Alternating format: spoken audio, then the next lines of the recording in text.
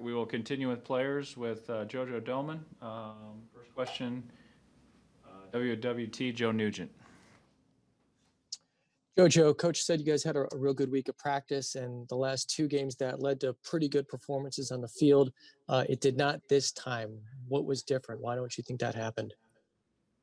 We just got to find ways to win. You know, when your back's against the wall and things don't go your way, you got to find ways to win. That's part of creating a winning culture and just being accustomed to winning and finding ways to win. So that's what I'd say to that.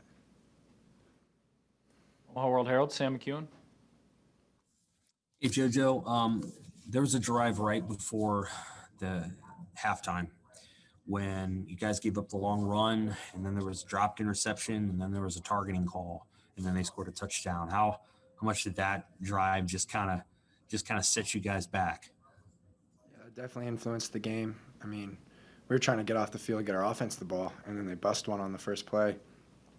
And then with Cam, losing a great player like Cam and missing out on that interception, it's just a tale of the game, right? Like, just missed opportunities, got to find ways to win in every aspect of the game, at every point in the game.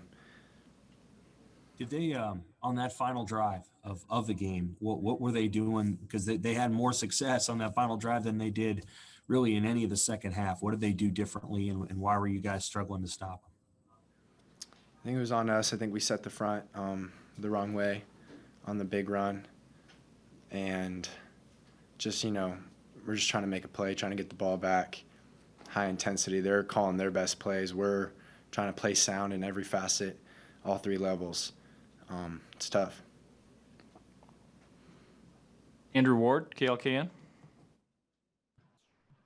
Hey, JoJo, I asked DCAP about this, but just what was that last little moment you guys had with the other seniors there in the end zone following the game? What were some of the emotions going on? Yeah, we're disappointed in the result today. But our time here at Nebraska hasn't been about winning and losing. The adversity that we faced, this senior class and the guys that were able to make it through it, to be here today, that's what I'm proud of, and the brotherhood that we formed, and the men we've become in the process. That's what it's about, and we were just sharing that moment. Last time in Memorial, it was special. Kevin Suits. JoJo, can you talk us through that pass breakup you had? It seemed like you got beat initially when the ball was thrown downfield. Did you know that you were going to be able to knock the ball out of his hands, and just kind of walk us through what happened there on that play?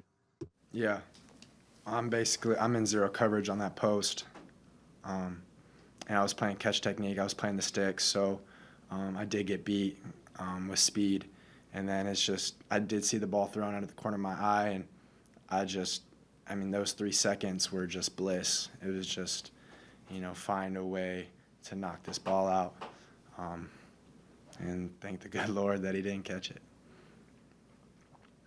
Brian Christopherson.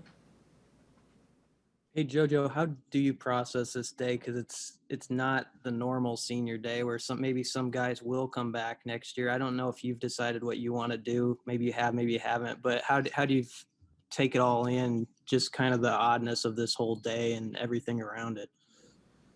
Yeah, you just try to capitalize on every time you get to step out on that field, and the fact that it could potentially be the last one. It didn't really hit me before the game, but definitely.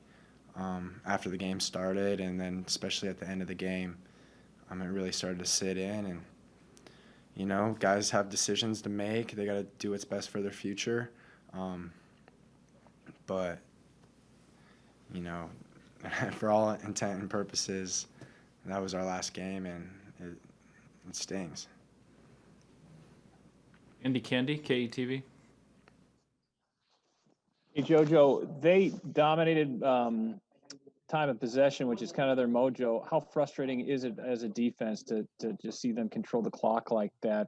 You're out there for almost 35 minutes today.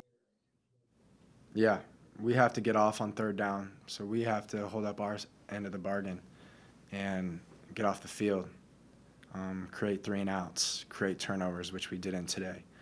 And then just obviously our offense just sustaining longer drives and moving the chains.